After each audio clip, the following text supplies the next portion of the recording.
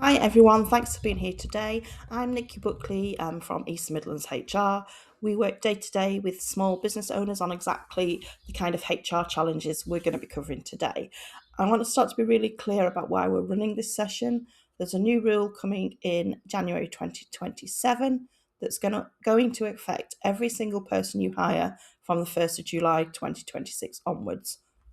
For those of you watching today, that's the 1st of July. That's why we're recording it today. If you're watching in a few days' time or even a few months' time, you need to have done something, but hopefully this will help you. And because the rules affect anyone hired on or after that date, the decisions you're already making about recruitment, onboarding, and probation are going to be governed by a completely different set of rules. So we're not here today to talk about what might change in the future. We're here to talk about what you need to do right now. So trying to keep it really practical. It's quite a short session today. There's lots of noise around legislation. A lot of the commentary out there is aimed at employment lawyers or large HR teams, but this is for small business owners. You're running a business. You've got a team to manage. You need to know what this means for you and what to actually do about it. So we're going to cover the change itself, what it means in practice for your hiring process, what the risks look like if things go wrong, and some very concrete things you can start doing this week. Obviously, this is recorded, but we have got some questions that might be helpful for you at the end. So we're starting with the basics. Right now, if you need to let someone go in the first 2 years of employment, unfair dismissal claims aren't something you generally have to worry about. That 2-year qualifying period gives employers some breathing space, some breathing room to assess whether it's working out for you. The qualifying period is being cut to 6 months from anyone hired on or after the 1st of July. So from today, every new person you bring into your business is going to be protected from unfair dismissal claims within 6 months of starting. And that's a significant shift, 6 months to 2 years. The reason we're talking about this now is that the hiring decisions you make today are already caught by these new rules. It's also worth flagging up that the cap on compensation for unfair dismissal claims is being removed in January 2027 as well. So we'll come back to what that means for you in case you get it wrong later on with the slides. So, 2-year regime currently, you can see how it goes. It's the way your business is operated. If someone's not working out in the first year, you've got a couple of options. Onboarding, under these new rules, you need to be a lot more intentional right from the start. Onboarding isn't just a welcome pack, a laptop. We're talking about role clarity, standards, conduct, expectations, and how performance will be reviewed.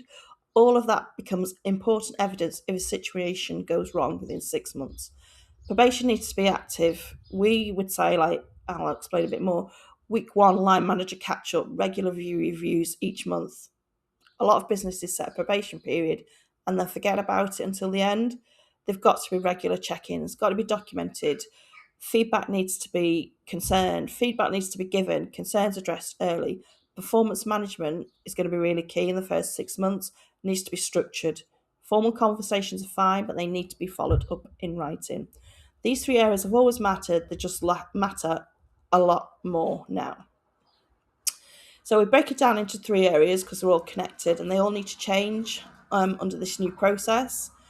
So onboarding is about setting clear expectations from day one, not just a welcome pack and a laptop. We're talking about role clarity, standards, conduct, expectations, how performance will be reviewed. Probation needs to be active, not passive. A lot of businesses set a probation period, forget about it until the end. Under the new rules, you need to be having those regular check-ins, documented feedback, address concerns early. Performance management the first 6 months needs to be structured. Not meeting the standards, you need a clear process for addressing it. It needs to be recorded.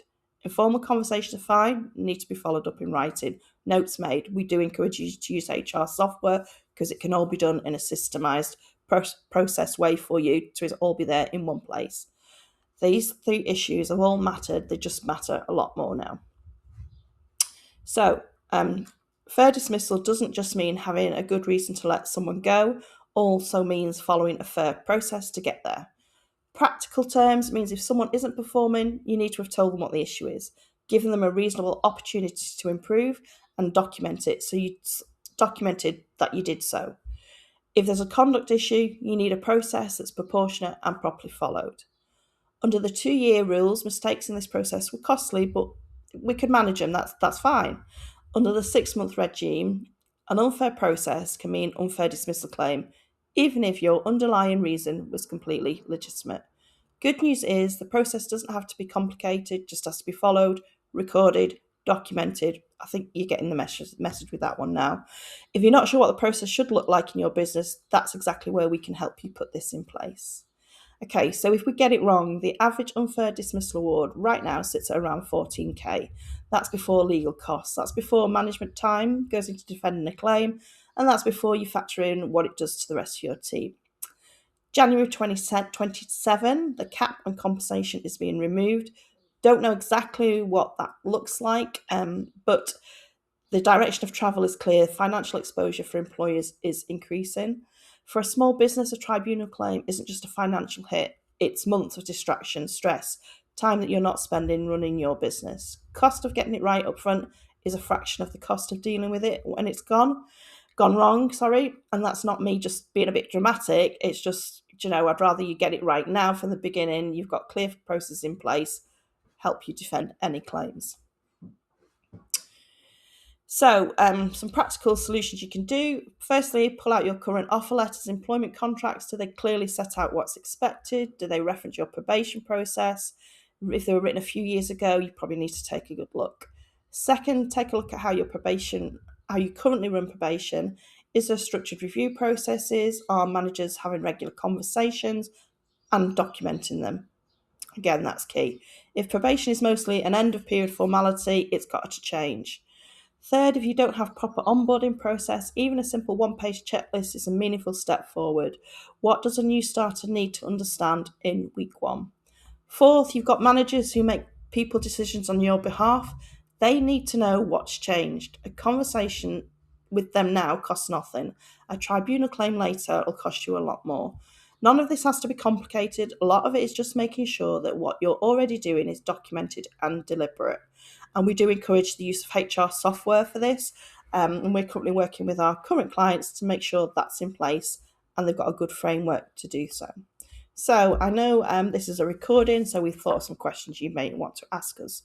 Can I still extend a probation? Yes. So general rules are it's half the probation again. So if it's a 6-month probation, you can extend it for another 3 months. We currently do still have the 6-month probation. You could do a 4-month probation to extend to 2, but the key is at 5 months, you need to be making some sort of decision on what you're doing. You obviously need to have had, as I've banged on about it now, those processes. So a week 1 process in place, and then a regular review each month, then some sort of review at 5 to decide what you're doing. Do I have to pay notice pay? Yes, you would, because it's dismissal. It would be contractual notice. Depends what you've got in your contracts. Without seeing your contracts, we can't advise you what notice pay would be. Generally, it's 1 week for each year's service, but you may have 1 month. Okay, you may have 3 months. Is there HR software to help with this? Yes, there is.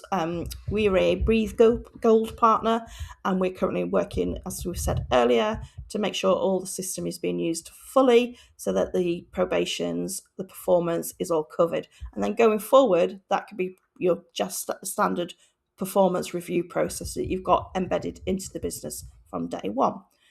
If you've got any more questions, we'd love to speak to you. Thank you so much for being here today. I hope this has been useful and that you're leaving with a clearer picture of what's changing and what you need to do about it. If you'd like to talk this through any more, we offer a 30-minute discovery call. You should be able to scan the QR code. Hopefully I've got that one right.